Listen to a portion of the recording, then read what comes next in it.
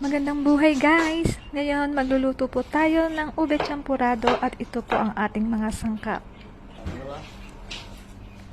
Yan po guys ang ating mga sangkap. Sanalang na po natin ang ating malagkit.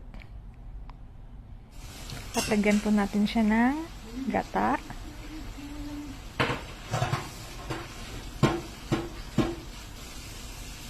Gatas na evaporada.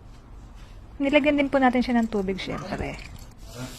Ang ating pong ubeng kondensada na may flavor na po siya.